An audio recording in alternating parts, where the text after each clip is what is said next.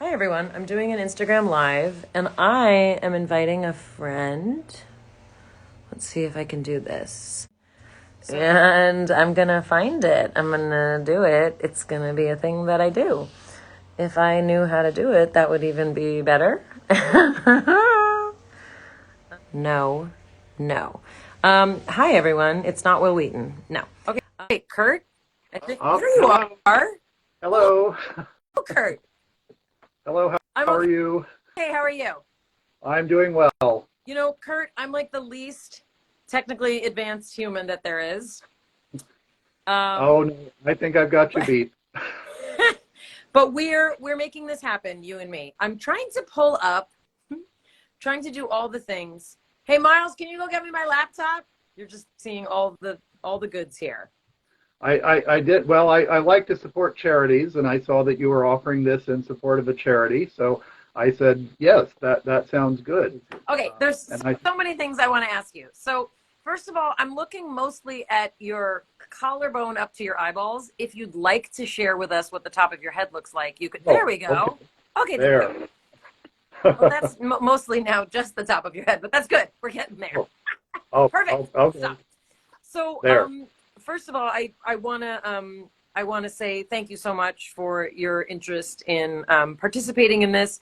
I actually posted this through Worthy of Love, which is a charity that throws birthday parties for children experiencing homelessness here in Los Angeles. And Sure. they've been around for, Miles, bring me the camera, the document that I have that says all these things. They've been around for, gosh, I think we've been around for 10 years, and it's a wonderful organization. And I think we did this on Charity Buzz, if I'm not mistaken. Um, Yes, okay, that's the one I used. Yes. okay. So yes, about 60,000 families with children experience homelessness on any given night in the United States. And Worthy of Love, we create positive experiences and lifelong memories for unhoused youth and their families. And what we do, and we are expanding besides LA, but we throw all expenses paid birthday parties every month to kids. And I go to these parties and they're really, really fun and awesome. So that is how you and I got here because it was from Charity Buzz. So I know you have some specific questions, but I'm just going to say something. You're in Iceland, right? Well, no, I'm actually Oh, back from Iceland. I was in because you were in Iceland for, Iceland. yes. Okay. I go there 2 or 3 times a year. What do you do in Iceland? Well, my father was there in the military, and I just fell in love with the place. And in my real life, I'm a professor of astronomy and earth science at Ivy Tech Community College. So when I go there, I do things geological. They have some active volcanoes right now, and I look for the northern lights. Okay, that's amazing. You're an Anglican priest. I am, and I'm a chaplain at a retirement community. This is my 24th year, That's and unbelievable. and I've just been involved in as many things as possible. I think life gets boring if you don't do a lot of things. Well, it's lovely to get to meet you this way, and I know we have a couple minutes together, and so we're kind of doing an impromptu Ask Mayim Anything, which is a segment that we do on my podcast, which is called Mayim Bialik's Sure. Breakdown. So I know you have questions. You can go outside the box, although you've probably been told not to. But I am right here, ready for question number one. Okay, well, as I said, I'm a doctoral student at Vanderbilt, and our program is literally called Mental Health Integration for Chaplaincy Services.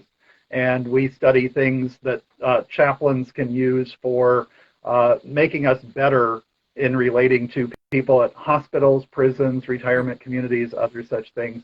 But on a religious and spiritual basis involving mental health issues. We're not actually therapists, and we don't do diagnoses. But I thought, what are your views on mental health and religion? Um, I have a lot of, I have some negative associations and I have some positive associations between both of these.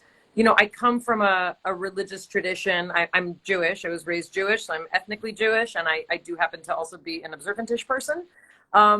There's a lot in my tradition that is geared towards bettering yourself, Mhm. towards a practice of mindfulness. Very observant Jews will kind of pray throughout the day. You pray every time you eat something. You pray every time, even if you drink water, you pray when you go to the bathroom. Like there's all these prayers, and the idea is to cultivate kind of mindfulness, which we now know is a huge component of mental health. So there's many components of, I think every religious practice that probably can provide some really safe places for mental wellness. However, I think in a lot of organized religion, there's also a kind of community responsibility that sometimes becomes more significant than individual mental wellness. It's a challenge, I think in a lot of communities, especially communities that are geared so much towards helping each other, which is a wonderful thing, having communal meals and doing charity work together. These are all wonderful things, but a lot of times I find that the personal experience can get lost. And also I think it's important to point out, as I'm sure you would agree with, religion's not a solution to really any specific problem, meaning the notion is not like, oh, if you're religious, you won't have mental illness problems or you will be a good person. Like it's so complicated. For me, my mental health has been really supported by the religious structure that I choose to participate in, because it provides me with a sense of community. It provides me with opportunities to appreciate a larger perspective on the universe. And as a scientist and a woman of faith, I find that my religion really blends those very nicely. So, that's, again, my personal opinion. I'm sure a lot of people have other opinions, but for me, I know that my religious practice helps my mental health, but I also know that that's not true for everyone. Sure. Well, I share that with you in that I also am a scientist. I teach astronomy and such, and I am a person of faith as well. I come from a mixed background. My mother was Jewish. My father was Christian. Wow. I have a Jewish Studies certificate from Indiana University and a Master's of Divinity from a place called Christian Theological Seminary. Fascinating. But our main focus there was actually Jewish-Christian relations, one of our three main focus points at the seminary. Awesome. So yes, that was another reason why when I saw this on offer on the charity, I thought that's someone I should talk to. All right, question number 2. Question number 2. Well, as I am a chaplain at a retirement community, what do you see? We have an increasing aging population in the United States and the Western world in general. What do you see as issues with aging and mental health? Well, I know that there's people, far more qualified than I to speak to this on kind of a real sociological level. But it's interesting because I was just talking with my 17-year-old about this literally this morning. What are the things that communities that live healthy lives into their 70s, 80s, and 90s have in common? Many things that those communities have in common tend to be the things that we recommend for mental health and mental wellness. Not isolating, being surrounded by community, Sure. having nutrition available that is nourishing for the body, and not full of a lot of foods that can impact our gut health and our brain health, which we are now knowing more and more. I keep saying, like, a lot of the hippies were right about a lot of things. And the notion that you are what you eat is a really big concept in mental health now, because we know that your gut health is absolutely linked to things like depression and anxiety. So having that available. Also, a society that values relationships between older people and younger people, meaning friendships and situations where we can learn from people who have experience. Especially in Western society, there's this kind of like, put them away, like we don't need to see them or think of them. And for those of us who come from, ethnic backgrounds or more traditional, structures of religion or culture, the notion of not living with aging parents is unheard of. And many cultures that have success in terms of physical and mental health into 70s, 80s, and 90s are communities that really value the experience of older people. So yeah, I think that answered it. Sure. Yeah, I've been studying a community in Amsterdam and other places outside there where they are putting college kids in dormitories with elderly people who are there in get that intergenerational mix. And I'd love to live in such a place when I'm just a little bit older. I'm getting. I'll go with you, Kurt. I'll go with you. Okay, last question. Because I'm at the community college, Ivy Tech Community College, and we're living in an era, sort of pandemic still, or post-pandemic, not quite post. What advice might you have for students who are trying to navigate being well in a mental health way and dealing with all of this in the world? This is hard, you know. I'm a mom. I'm a mom of a 14-year-old and a 17-year-old, and it's something we've been, navigating. Obviously, you navigate your children's mental health as best as you can while managing your own mental health.